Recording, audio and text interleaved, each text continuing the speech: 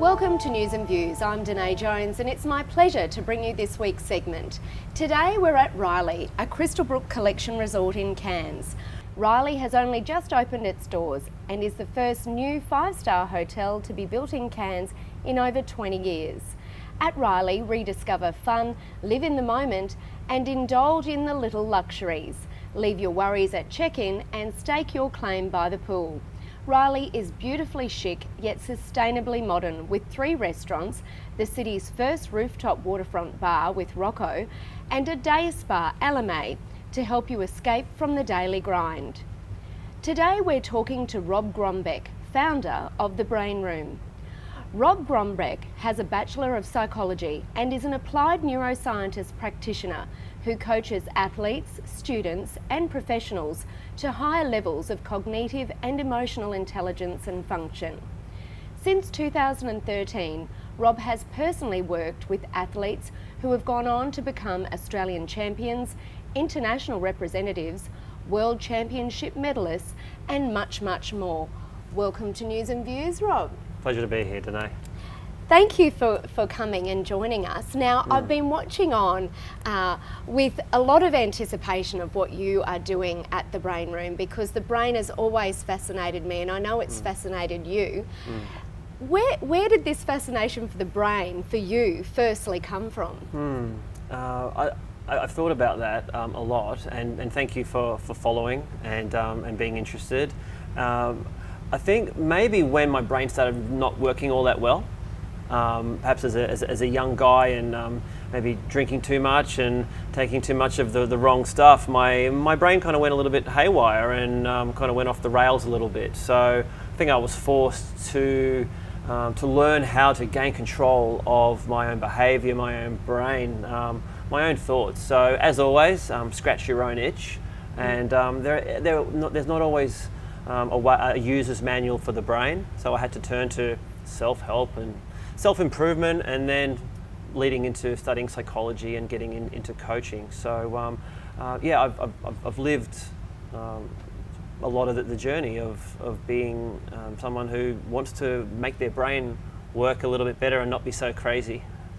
Well, crazy as in erratic. Absolutely. And why do I think this, or why do I feel this, or why do I get nervous around authority figures, or why do I get really nervous and can't even remember my mum's name? Yeah, absolutely. And I think we all have different brain reactions from time to time and we wonder why. Yeah. And it's interesting, isn't it, to see why our brain reacts in that way or our emotional state changes because of our brain's response. So it's fascinating for me watching what you're doing, and I know you're getting some amazing results with sports people. Can you explain to us some of the things that you're doing with them, with their performance? Yeah, sure.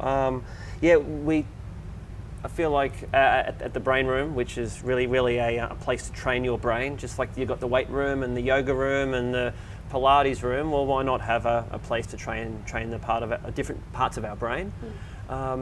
The ability to pay attention and focus is so important, and we often see young athletes step up to a new level from amateur or to professional, and they have trouble keeping up, but eventually their brains adapt and they get used to the speed of the game. Now that's great, but it takes a long time. And some people will quit and, oh damn, I don't have what it takes.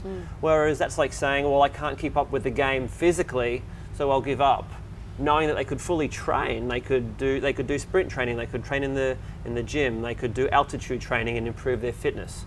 So what I've tried to do is bring technology to solve problems. So there are devices where we can measure someone's their personal processing speed. So here's the best way to explain it. Think of that old cup game where you've got 3 cups and there's a P underneath. Okay, remember it, it's here, and then we move it around. That's single object tracking. It's easy, or it could get really fast and complex. But what happens if we had 8 cups and 4 Ps, and now you've got to track 4 of them. Here they are, Danae.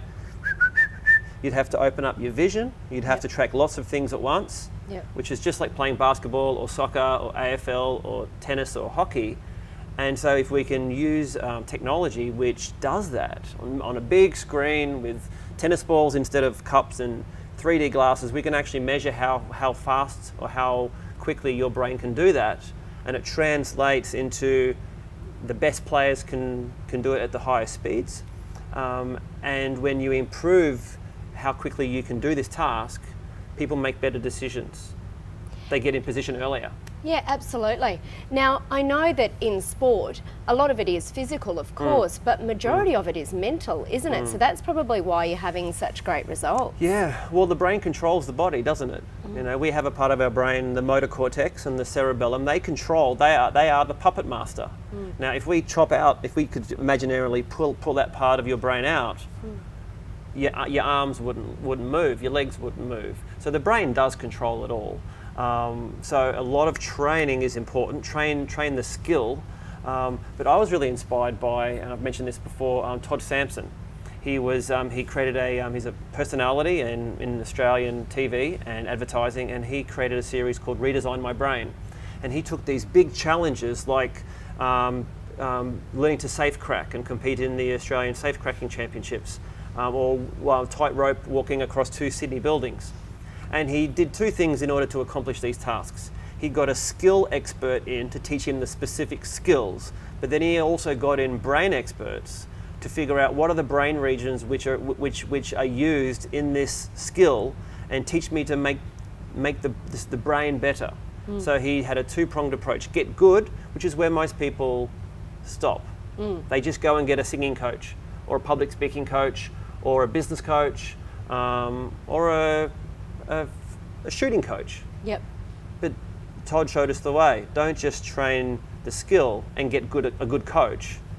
Train your brain as well, and that will help you accelerate even faster. Are you finding benefits with people with a disability? Have you done any work with those? Yeah, I've worked with people with disabling conditions such as Parkinson's and traumatic brain injury.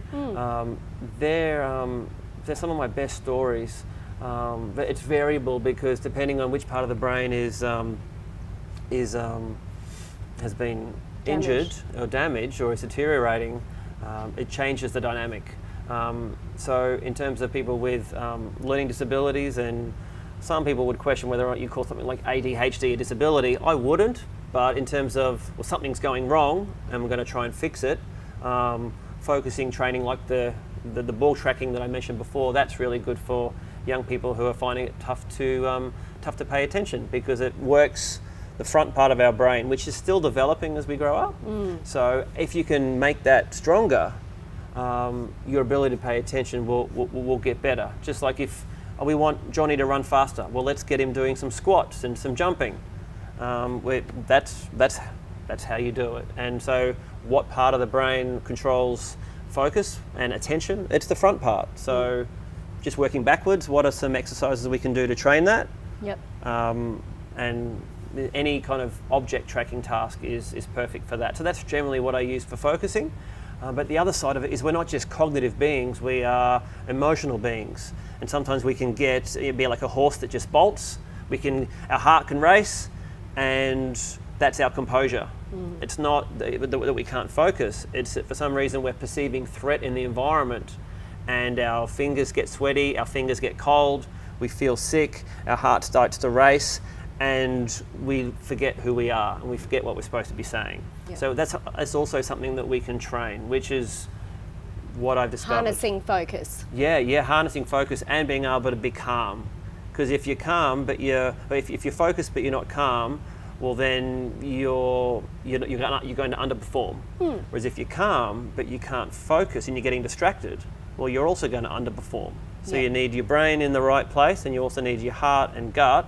And I'm not talking figuratively. I'm using your breath to control physically. Yeah, exactly. You can control your body, get your brain into the right state, and then whatever you do, whether it's mountain biking or public speaking or calligraphy, you'll be in the right state.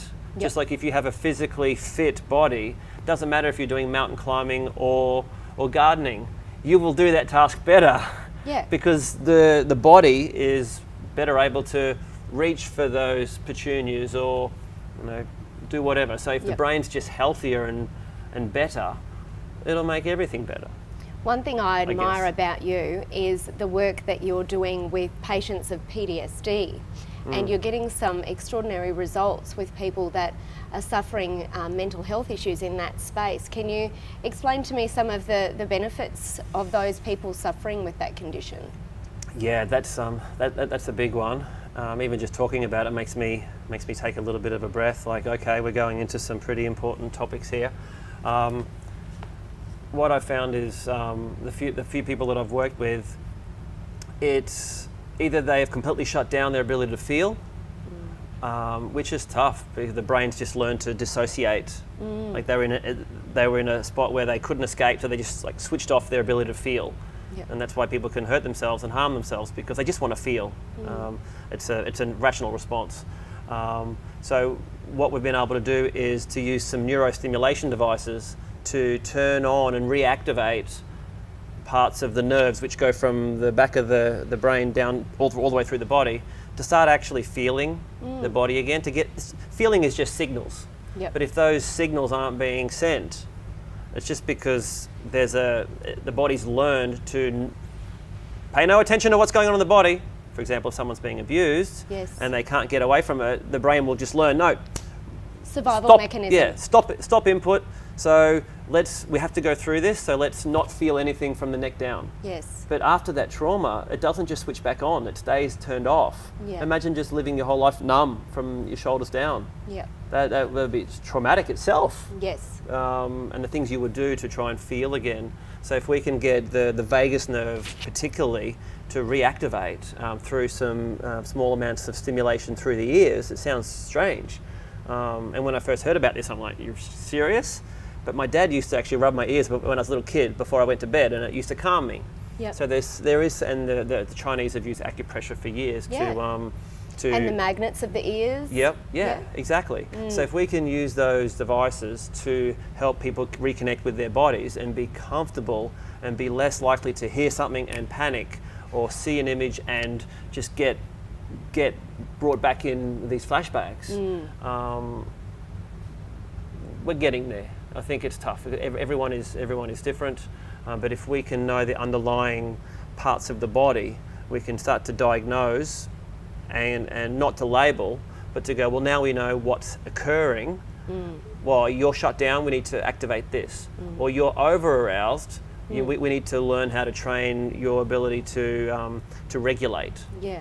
So it's beautiful, and a lot of people have insomnia or depression or just poor memory, just through chronic trauma and stress. And one of the local physio I worked with, she wasn't sleeping, she'd been through relationship trauma, and we did some of this training along with some other stuff, and comes into a session one day and it's like, I've slept 12 hours, 11 hours, 10 hours, and I feel like I'm firing on all cylinders, and I haven't felt like this in 10 years. Awesome.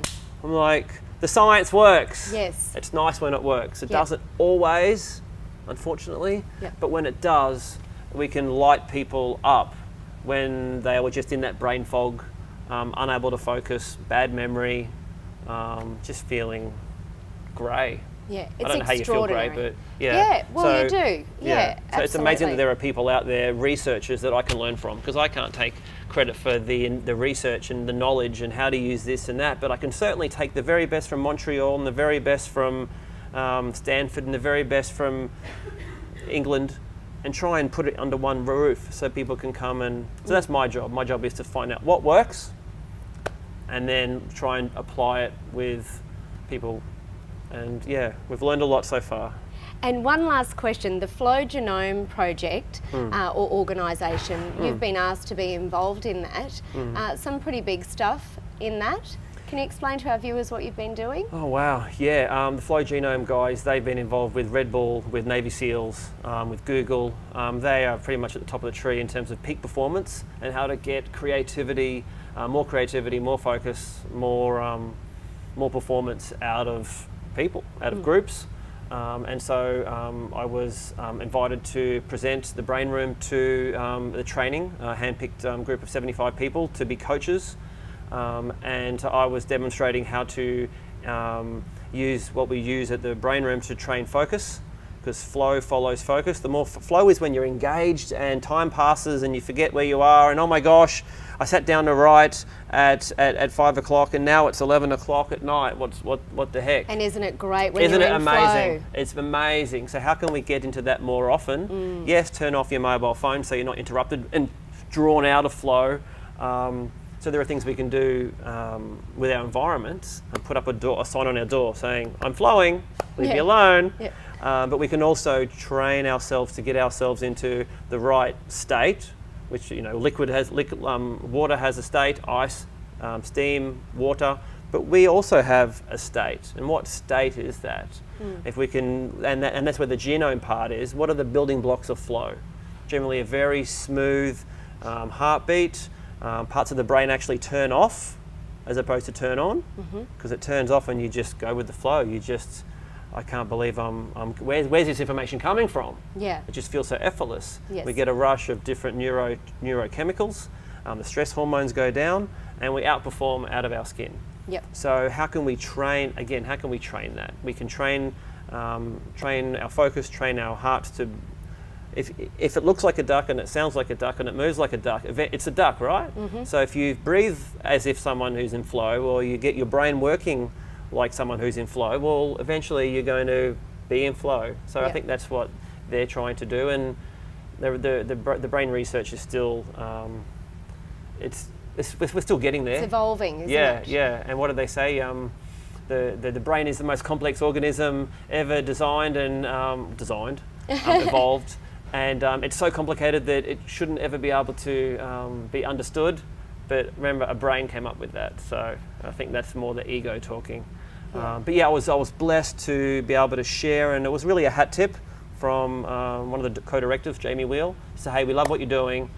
Come over and show us what I've been going down the rabbit hole. That might be the name of my new podcast. Come down the rabbit hole. Yeah. And here's what I found. I found that you can train focus, you can train calm and composure, and it makes a measurable difference in how you perform. And that's the main message for me. Is a lot of people have a fixed idea of what their brains are, and it's like it's finished at adulthood, and what I've got is what I've got. It's like, no, that's a fixed mindset.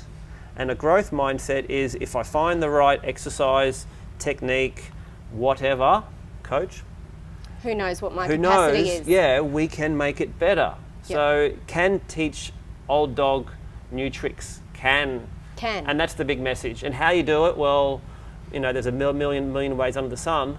I just watch X Factor. But the main message is you can learn new things, you can build new brain cells right up until the day you cark it. It's extraordinary work, and we watch on in fascination, and we congratulate you on everything that you're doing, and we hope that you come back and share more with us as you grow in the brain room. Growing brains. Growing brains. Thanks for joining us, Rob. Thanks, Danae. Pleasure. There you have it, folks. Rob Gronbeck, founder of the Brain Room here in Cairns, far north Queensland. That's all we have for you this week. We'll see you next week.